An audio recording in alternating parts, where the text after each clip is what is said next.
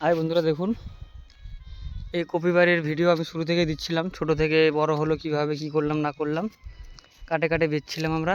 এই যে এখন দেখুন, এই যেখানে কাটে টিপটা আছে, পাতাগুলো ধরতে হবে। জমিটা পাতলা হয়ে গেছে।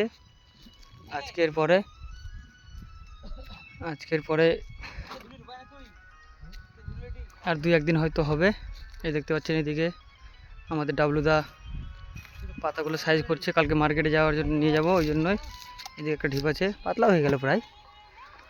আর 2-1 দিনে ফাঁকা হয়ে যাবে অবশ্য, মনে হচ্ছে, বেশি নাই।